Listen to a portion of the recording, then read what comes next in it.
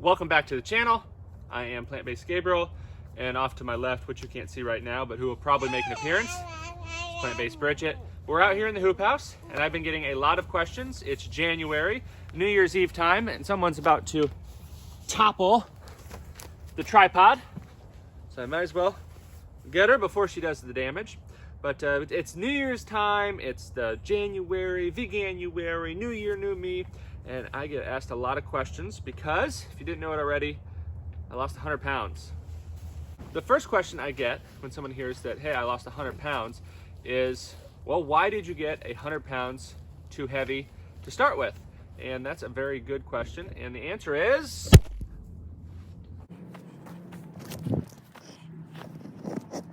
I think it's just going to be better if I hold this here. But the first question I always get asked is, how did I get to the point where I was 100 pounds overweight? Well, at 17, 18 years old, I was a college football player, a starting college football player, the starting long snapper for the University of Nebraska, and had unfortunately broken my back. And after breaking my back, after being a starter for a major Division I Big Ten football team, ended up going through every type of therapy you can imagine. Everything but, I guess, hypnotherapy. Acupuncture, water therapy, physical therapy, steroid injections, everything that you can imagine. And chiropractor until basically it got to the point where things were just getting worse and worse. And so I ended up going in for a 6.5-hour back surgery. Yes, Bridget, 6.5 hours.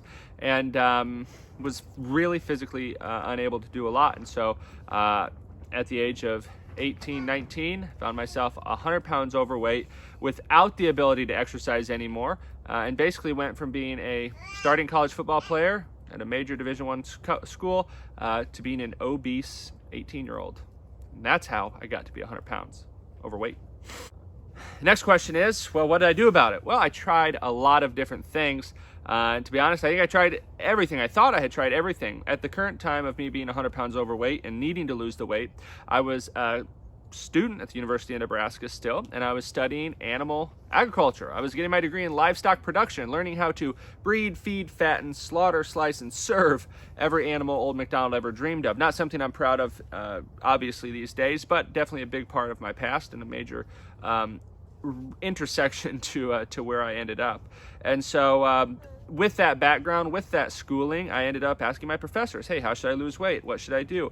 And obviously their response was, well, cut out the plant foods and eat more animals, which at the time seemed to make sense. And so I tried the JJ Virgin Skinny Diet, the keto diet, low carb, pretty much carnivore. I tried everything. It seemed like everything.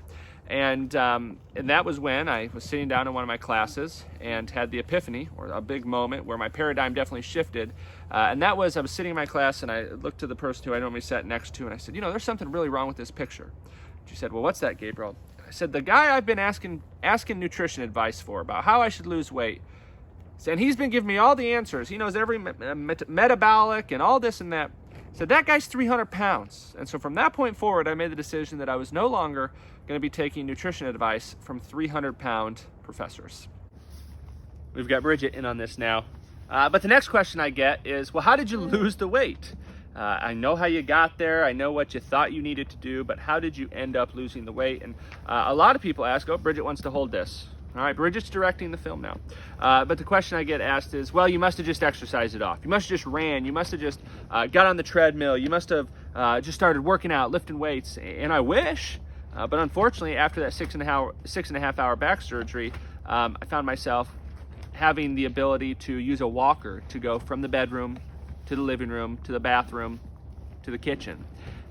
Which is not a recipe for exercising the weight off, which, as we've learned, and as I may mention again, is you're never going to be able to outwork your mouth. You can never out-exercise a bad diet. You can try, but long-term it's just not sustainable.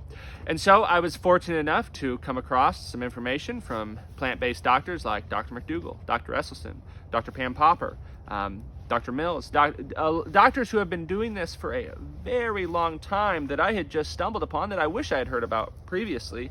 But they began recommending, they were recommending to me through their books and through their videos and through meeting some of them, they were recommending that instead of an animal-based diet, I should try a plant-based diet. Cut out the animals, do the exact opposite. I thought I had tried everything. And so that's when I decided to give a whole food plant-based diet a try. And it didn't just happen overnight. Well, it did happen overnight. I cut the animals out, but there's things you need to learn. Things like cutting out the oil, learning how to cook without oil, which we talk about on my website, and I'm getting rained on in here in the hoop house. But different things like that, and cutting out those higher fat plant foods while you're trying to lose weight, like nuts, seeds, avocados, which a lot of proponents may say are super healthy things, but if you're in a weight loss phase, there's some things you want to cut out. And so I did that, and over the course of the next 2 years, it didn't happen overnight. It didn't take 2 weeks. It didn't take 2 months. It took 2 years. But over the course of 2 years, I lost 100 pounds at an average of about a pound a week. So 104 weeks, I lost 100 pounds. Some weeks I lost a little bit more than a pound. Some weeks I lost a little bit less.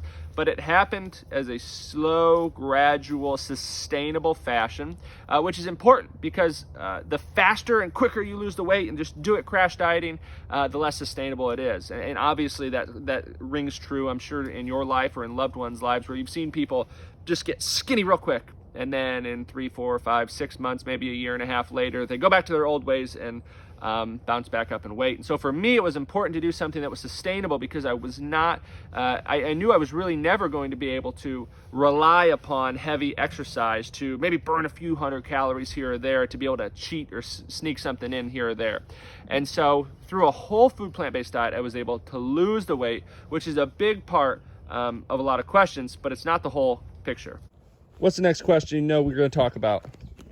Well, we're going to talk about not only, now you know why I got overweight, what I tried to do, what didn't work, now what did work.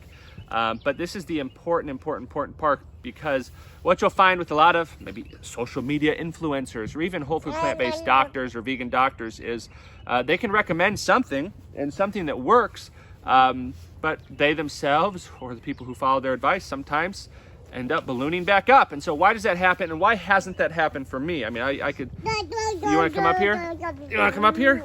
Here you go. Why hasn't that happened, Bridgie? People always talk about the dad bod. Well, I've kind of kept the same body I had before you were born. It's because I haven't changed the foods that I was eating. And there it goes. There lies the big question, or the big answer as to how I've kept the weight off. How have I kept 100 pounds off for these years now? And that is, I've eaten the exact same things. I've built my diet around the exact same foods that I used to lose the 100 pounds. That's simple enough. There you go. That's the answer. But it can sometimes be a little bit more complicated, and so we'll touch on a few things here or there. Why do so many people have a problem or have trouble not sticking to that same way of eating that they use to lose the weight? Why can't they use it to sustain weight loss? Well, number one is a lot of people will rely on something like extreme calorie deficit diets, which can help you lose a lot of weight quickly, but they're not sustainable unless you plan on weighing 20 pounds in 5 years, right? It can't sustain itself if you're not eating enough food to live. And different things have different places, don't get me wrong, but in a sustainable long-term lifestyle way of eating, calorie deficit is not going to work. So you need to be eating those foods that are full of fiber that I found, like rice, beans, potatoes, oats, corn, quinoa. Foods that are full of fiber, low in fat, high in water, high in carbohydrates. Are going to give you a lot of energy. They're going to fill you up without filling you out, and they're going to help you stay full without getting fat long term. That's pretty simple right there, Bridget. But there's always the, well, but you can have this, right? You can have that, you can have this. So you've got to draw boundaries. In our home, just got rained on some more. In our home, we don't have processed junk. We don't have oil. We don't have those foods that can be triggering, those foods that can be fattening. We don't have nuts and seeds in our pantry.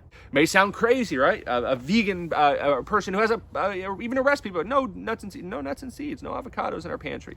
If we want to have something with some avocado on it, we may go get an avocado, but it's not something we stock regularly, like potatoes, sweet potatoes, oats, corn, quinoa, bananas, fruits and vegetables. And so those are definitely ways to do it. The other thing to really keep in mind is remembering your why. Why did I need to lose that 100 pounds initially? Wow, it's really coming down in here, Bridget. And the reason I did need to lose that 100 pounds initially was because I didn't want to have to go in for another 6.5-hour back surgery in another couple years, because that's normally the way things progress. You go in for a back surgery, you keep eating, you keep weighing the same weight you weighed, you keep eating the same things you ate before, and then you have more problems and more problems and more problems. And I wanted to stop that right then and there. I knew I wanted to be able to run around with my children. I knew I wanted to be able to pick them up like I get to pick up Bridget, get to play with her outside, get to do things that, well, normal people do, that I did before I'd broken my back. And so that was important to me.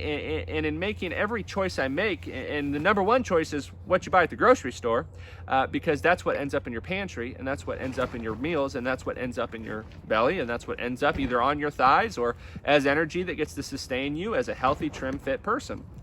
And so remembering your why is definitely a big reason. And then also just keeping it simple. Bridget, I don't think I could give any better advice than keeping it simple. What do you think about that, director?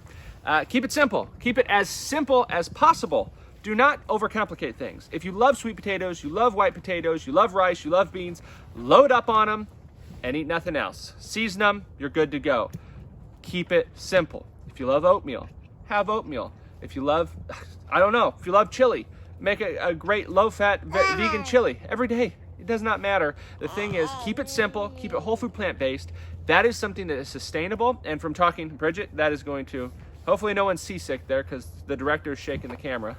But that is what I have found in talking to people who have eaten and lived a whole food plant-based, diet, lived a whole food plant-based lifestyle for decades, not just a couple years, not just 4, 5, 10 years, we're talking 20, 30, 40 years, is they keep it simple. They keep it as simple as possible. They enjoy what they eat. They eat only things that they enjoy. They don't feel like they need to go out and get this next superfood or this or that. They eat simple whole food plant-based meals. They cook simple whole food plant-based recipes, and they live a healthy whole food plant-based lifestyle. I hope this was helpful. Obviously, guys, I don't know all the answers. I did write a cookbook, the Plant-Based Diet for Beginners. It's been a successful bestseller. You know, I can do this. I don't know if you can tell, but I've been able to stay nice and slim and trim, eating the foods that I enjoy. Now we're out here in the hoop house. We grow a lot of the foods that we enjoy these days, but it is simple. Doesn't have to be super complicated. Leave any questions that you have in the comment section below, and me and Bridget will try our best to get to all of them. We hope this is helpful. If you're looking to lose 100 pounds yourself, you can always head over to plantbasedgabriel.com, check out our recipes, check out some of the videos, check out how simple we've made this way of eating and living, and hopefully it helps you in your journey or your loved ones. That's really all we have. Bridget, did I forget anything? Did I forget anything? Nope, I've been rambling on long enough. All right, everyone, we love you. We'll hopefully see you in another video soon.